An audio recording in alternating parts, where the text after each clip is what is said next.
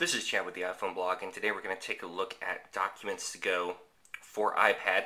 This is a universal binary, so it does run on the iPhone and the iPad, which is pretty nice. So what we have over here on the bottom is we have a list of recently accessed files, and you can see we do have Excel, PowerPoint, Word documents. It will even view pages, PDF, etc., but can only create and edit Word, Excel, PowerPoint, and text files. Across the top we have the search feature. So if we attach search, we have an option of searching all of the document titles in our folders, as well as searching just our downloaded only documents. Now the downside with that is it doesn't search the inside of the document, only the title. Local files are files that come with the information. So you can see here it has Acme documents, and you see there's a .doc and a .docx. So it does handle the newer Word and Excel formats as well. And this is just here if you create something locally, it's not really saved to anything other than the device. And then we have desktop files. So if you choose to synchronize with the desktop, this is where you can go ahead and sync up this information. And then you can also use online files. So I have my Dropbox, my iDisk, and Google Document accounts. So all you have to do is tap on it. It's always going to refresh the folder to see if there's anything that's new or changed. So if I go over to Documents, again it's going to check to see what's here, and I can go over into Miscellaneous. And as you can see here, some documents have color and some do not. The ones that have color I've actually touched and downloaded. You can set the local cache to whatever you want. I think the default is 100 megs. So here's a PDF as an example. And this was the PDF for the iPad reservation. You can see it's actually a pretty quick and pretty fast PDF viewer, to be honest with you. It's pretty nice. And then over here we have a friend of mine. It's her resume. I had to try to find a miscellaneous document that was actually real to work with. And as you can see here, works splendidly well. It does bullet points. It does everything. So if I were to place my cursor here, I get the keyboard. I can save it as something else. I can email it. I can change my fonts, font size. You can even see down here you get your options to change those things. I have paragraph formatting, justified, align left, align right, bulleted lists, indents, hanging indents, search, bookmarks, redo, undo, all of those other types of fun things. And you can even view in portrait as well, and you still have the full keyboard, which is really nice. Now, this also, and here's an option, so yeah, I'm going to discard since I'm leaving. You can also go ahead and open up Excel documents as well. And I don't remember if I had one here, but the Excel stuff is actually pretty decent.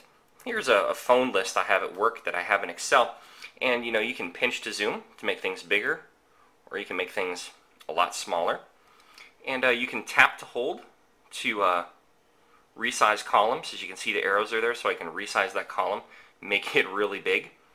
Same thing here. I can make a column really big if I want, and I can tap a field, and I can insert a formula if I wish. Or it has all of the standard formatting options that the Word document has. So if you tap this, you have your bold, italics, underlines, number, formats. You can see there's text, currency, date, and time, alignments, and so on and so forth. And the way you edit cells in this, because it's not as, shall we say, self-evident as documenting in a text or in a document, is you double tap and you select. And when you do that, you can then go ahead and say I want to make things bold, and maybe I want to change their color. And so now you can see I've made those things bold, and maybe we can do some more fun things with them. We can align them to the right instead. You can even lock the cells, which is pretty neat. You can even insert rows and columns and so on and so forth. Pretty slick. And then if we go back here, I don't really have a PowerPoint document that I've created, but that's why they give you those local documents to play around with. So here is an DataViz company overview. And you can see here, of course it's not really working the way I want. As you can see here, it renders PowerPoints amazingly well. It's actually very, very good. And then if you wanted to make some changes, you can go ahead and bring this up. You can go to a particular page. You can even save it as something else if you like. So all of the standard kind of fanfare apply. Here's the Acme slide. And so you can go in here, and this is where you actually create your slides. It's on this screen. And from here you can choose if you want to indent or so on and so forth. So it's a little bit different. You can't actually edit from the slide at all, which is a little weird.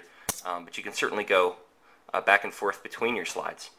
So pretty neat. It does the import process pretty well from what I've been able to experiment with. The one downside that it doesn't seem to have is you can't add a mailbox. It says you can add a mailbox to view attachments like for Google or whatever through Exchange. However, to do that, it says to go add an account. And when I add an account, you can see all it lists are the cloud types. It doesn't list anything for email. So that's a big oops in my opinion. You can also change what type of file format you'd like as well. That's pretty much it in a nutshell. It works great. I think it's fantastic for anybody that needs to do some mild document editing. Documents to Go's Intact technology really does a fantastic job of keeping your formatting intact, and even tells you if it's a format it can't read. It doesn't even try to render it. It just tells you, hey, I have no idea what this is, which is nice. Instead of doing a best effort, it just flat out doesn't do it.